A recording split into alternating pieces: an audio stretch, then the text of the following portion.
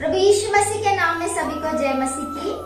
प्रिय भाई और बहनों, मैं महान परमेश्वर का धन्यवाद देती हूँ। उसी प्रकार से मैं मेरे आत्मिक माता पिता का भी धन्यवाद देती हूँ। आप सभी को पता है कि हम बाइबल के स्त्रियों के विषय में ध्यान करते हुए आ रहे हैं। आज हम बाइबल की एक जवान स्त्री के विषय में ध्यान करने वाले हैं, जिसका नाम अक्सा है। उसके लिए मुख्य वचन यहोशू की किताब इसका 15 अध्याय 14 वचन से लेकर 19 वचन तक और न्यायों की किताब इसका पहला अध्याय 12 वचन से लेकर 15 वचन तक, पहला इतिहास इसका दूसरा अध्याय इसका 49 वचन। इन सारे रेफरेंसों को अगर हम पढ़ेंगे तो यहाँ पर अक्सा के विषय में लिखा गया है। अक्सा नाम का अर्थ क्या है कहने से खड़ा। अक्सा पिता को पसंद आई हुई बेटी और आशीषों को चाहने वाली स्त्री है करके हम देख सकते हैं। इतना ही नहीं, पिता की इच्छा के अनुसार जीवन जी हुई बेटी और पति की इच्छा के अनुसार जीवन जी हुई पत्नी की तरह ये हमें दिखाई देती है। दुगने आशीषों को प्राप्त की हुई अक्सा के विषय में आज हम ध्यान करने वाले हैं। उसके लिए संदर्भ को अगर हम विचार करेंगे तो जब इजरायली लोग मिस्र देश को छोड़कर कनान देश की यात्रा कर रहे थे, तब उनका नायक मूसा था। मूसा जब कनान देश के नजदीक आते हैं, तब 12 लोगों को कनान देश का भेद लेके आने के लिए भेजता है। 12 लोग कनान देश को जाकर वहां का भेद लेकर वापस आते हैं। उन 12 में से 10 लोग बुरा समाचार लाते हैं, लेकिन 2 लोग अच्छा समाचार को लाते हैं। उन 2 लोगों में ही एक यपुन्ने के पुत्र कालेब की बेटी ही अक्सा है करके हम देख सकते हैं।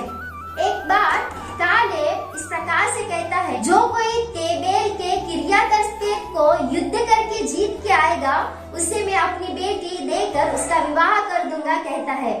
ये बात को सुनने के बाद कालेब का भाई कनजी उसका पुत्र ओत्नीएल युद्ध के लिए जाकर युद्ध में विजय को प्राप्त करके आता है। जिस प्रकार से कालेब ने वाचा दी थी, जिस प्रकार से कालेब ने कहा था, उस बात के अनुसार कालेब अपनी बेटी अक्सा को ओत्नीएल को देकर विवाह कर देता है। ओत्नीएल को पता है कि कालेब की बेटी अक्सा बहुत ही कीमतीवान है करके। विवाह होने के बाद अक्सा अपने पति को प्रेरणा देती है कि हम अपने पिता के पास जाएंगे और उन्हें जल के सोते मांगेंगे। इस प्रकार से कहकर अक्सा गधे के ऊपर बैठकर अपने पिता के पास जाती है। जो भी मांगती है उससे दुगना प्राप्त करती है।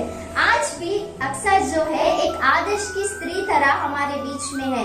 तो आज इस अक्सा के जीवन से हम क्या सीख सकते हैं कहने से, सबसे पहली बात, अक्सा जो है इसके अंदर नम्रता और अपने पिता से प्रेम करने का स्वभाव और गौरव को देख सकते हैं। वो कैसे कहने से, जिस प्रकार से वो गधे के ऊपर बैठकर अपने पिता के पास आती है, पिता को देखने के बाद तुरंत ही गधे के ऊपर से नीचे उतरती है। ये जो स्वभाव है वो नम्रता और आदर्श को दिखाई देता है। देखिए प्रियो, अगर हम बाइबल में उदाहरण को देखेंगे तो रिबका भी जब वो ऊंट के ऊपर से आती है, जिस प्रकार से वो इसहाक को देखती है, वो तुरंत ही ऊंट के नीचे से उतरती है। उत्पत्ति इसके 24वें अध्याय के 64वें वचन से लेकर 65वें वचन तक अगर हम पढ़ेंगे तो वहाँ पर स्पष्ट रीति से लिखा गया है। दूसरी बात को अगर हम देखेंगे तो अबीगैल गधे के ऊपर बैठकर दाऊद के पास आती है। जैसे वो दाऊद को देखती है, तुरंत ही वो गधे के ऊपर से उतरती है। पहला शमूएल इसके 25वें अध्याय के 23वें वचन को अगर हम पढ़ेंगे तो वहाँ पर वचन में स्पष्ट रीति से लिखा है कि जैसे ही अबीगैल ने दाऊद को देखा, वो तुरंत ही गधे पर से नीचे उतरी। उतना ही क्यों, अगर हम सुलेमान के विषय में विचार करेंगे, जो सबसे बड़ा राजा था, अपने सिंहासन के ऊपर राजभवन में बैठा था, जैसे ही उसने अपनी माता को देखा, वो अपने सिंहासन पर से खड़ा हुआ और माता के लिए भी सिंहासन को डलवाया। और योनातान के विषय में अगर हम विचार करेंगे तो योनातान भी अपने पिता के साथ बातें कर रहा था। जैसे ही उसने सेनापति को देखा, वो तुरंत ही खड़ा होकर उनके लिए कुर्सी डलवाया। ये सारे उदाहरण को अगर हम देखेंगे तो इन सारे इसमें हम नम्रता और आदर्श को देख सकते हैं। देखिए प्रियो, अक्सा ने अपने पिता को देखने के बाद गधे पर से उतरी करके हम देख सकते हैं। आज अगर हम विचार करेंगे तो जैसे ही हम हमारे माता पिताओं को देख रहे हैं, क्या सच में हम उनका आदर कर रहे हैं? क्या जिस प्रकार से उनका आदर करना चाहिए, जिस प्रकार से उनका गौरव करना चाहिए, वो स्वभाव हमारे अंदर है क्या? हमें अपने आप को एक बार परखना चाहिए। निर्गमन की किताब इसके 20वें अध्याय के 12 वचन को अगर हम पढ़ेंगे तो वचन में स्पष्ट रीति से लिखा है कि तेरी आयु बढ़ने के लिए तू अपने माता पिता का आदर कर। उसी प्रकार से पहला पत्रस इसके 5वें अध्याय के 5वें वचन को अगर हम पढ़ेंगे तो नम्रता का वस्त्र धारण करो करके बाइबल में स्पष्ट रीति से लिखा है। प्रिय भाई और बहनों, हमें आदर्श और नम्रता भरा जीवन हमारे अंदर रहना चाहिए करके ये अक्सा के जीवन से देख सकते हैं। जैसे ही अक्सा गधे पर से उतरी, उतरने के बाद कालेब ने ये देखकर कि देखो बेटी ससुराल गई है, लेकिन इसके अंदर आज भी उतना ही नम्रता है, आज भी मेरे प्रति उसके अंदर उतना ही प्रेम है, आज भी मेरे प्रति उसको उतना ही गौरव है करके सोचकर वो मांगने से पहले ही तुरंत उसका पिता उसके पास आता है। देखिए प्रियो, ये है सही नम्रता और ये है सही प्रेम और गौरव। अक्सा के जीवन से हम सबसे पहली बात को क्या देख सकते हैं कहने से, चाहे हम जितने भी बड़े क्यों न हो जाए, हमारे अंदर हमारे माता पिताओं के प्रति, हमारे अंदर हमसे बड़े लोगों के प्रति प्रेम, नम्रता और आदर्श गौरव रहना चाहिए करके हम देख सकते हैं। दूसरी बात को अगर हम देखेंगे, अक्सा के जीवन से हम क्या सीख सकते हैं कहने से, युद्ध में जय पाया हुआ ओत्नीएल की ये पत्नी है। देखिए प्रियो, ये ओत्नीएल की पत्नी बनने के बाद ये पति पत्नी दोनों मिलकर प्रार्थना करना चाहिए, पति पत्नी दोनों मिलकर सेवकाई करनी चाहिए, पति पत्नी दोनों मिलकर मांगना चाहिए करके ये स्वभाव अक्सा के जीवन में हम देख सकते हैं। देखिए प्रियो, मत्ती रचित सुसमाचार के 18वें अध्याय के 19वें वचन को अगर हम पढ़ेंगे तो वहाँ पर वचन में स्पष्ट रीति से लिखा है, यदि कोई दो जन पृथ्वी पर खड़े होकर इकट्ठा होकर कुछ भी परमेश्वर से मांगते हैं तो परमेश्वर उनके लिए करता है करके वचन में लिखा है। जिस प्रकार से वचन में है उसी प्रकार से ये दोनों मिलकर मांग रहे हैं करके हम यहाँ पर वचन में देख सकते हैं। अक्सा नाम का अर्थ क्या है कहने से खड़ा। अक्सा अपने पति के हाथों में सच में एक खड़े की तरह है। धैर्य, हिम्मत और गौरव उसके अंदर हम देख सकते हैं। वचन में इस प्रकार से लिखा है, जिसने स्त्री ब्याह लिया उसने उत्तम पदार्थ को प्राप्त किया। एक बुद्धिमान स्त्री की तरह, जो बुद्धिमान पत्नी अपने पति का भलाई चाहती है, उसी प्रकार से अक्सा अपने अपने पति ओत्नीएल की भलाई को यहाँ पर चाह रही है करके हम देख सकते हैं। प्रिय भाई और बहनों, अगर हम वचन को देखेंगे तो अक्सा एक बुद्धिमान स्त्री की तरह, एक ओत्नीएल की एक अच्छी पत्नी की तरह, पति को आनंदित करने वाली पत्नी की तरह हमें दिखाई दे रही है। तीसरी बात, अक्सा के जीवन से हम क्या सीख सकते हैं, मतलब उसने विश्वास के साथ अपने पिता को मांगा। अगर हम वचन में देखेंगे तो वो ओत्नीएल को इस प्रकार से कहती है, मेरा जो पिता है वो बहुत ही अनुग्रहकारी है, मांगने वालों को वो अनुग्रह से देता है करके अपने पति को बता रही है।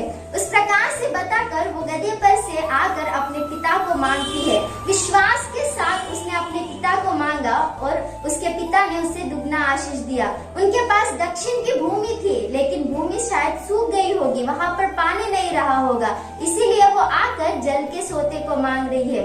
आज भी परमेश्वर ने जो आशीष हमें दिए हैं, क्या वो सूख गए हैं?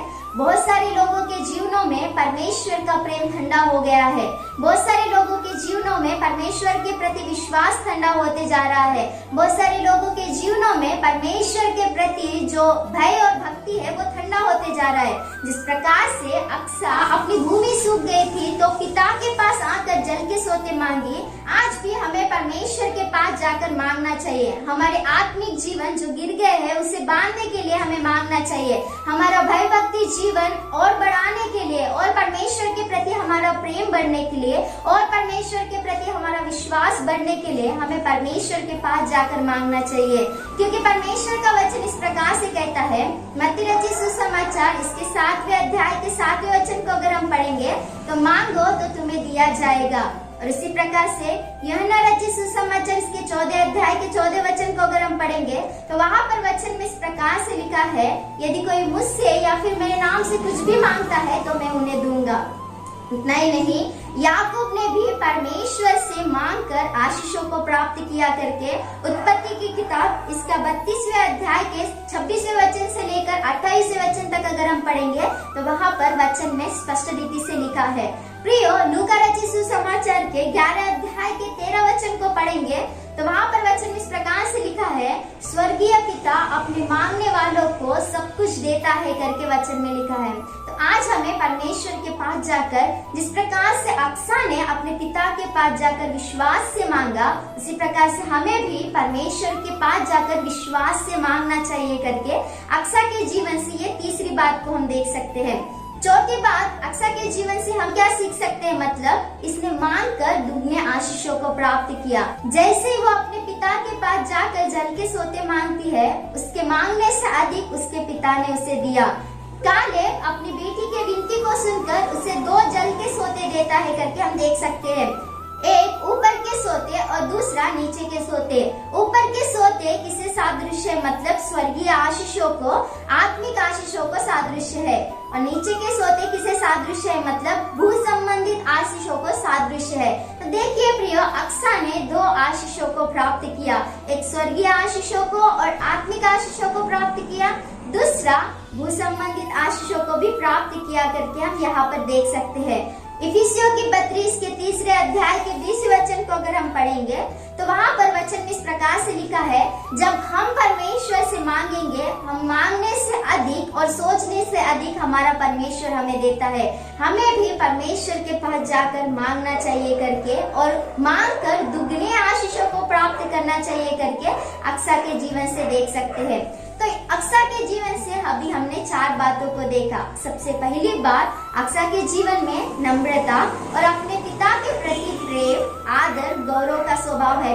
दूसरी बात, अक्सा जो है वो युद्ध में विजय हुए ओत्नीएल की पत्नी है। अपने पति को आनंदित करने का स्वभाव और पति के साथ मिलकर मांगने का, प्रार्थना करने का, सेवकाई में मदद करने का स्वभाव इसके जीवन में है।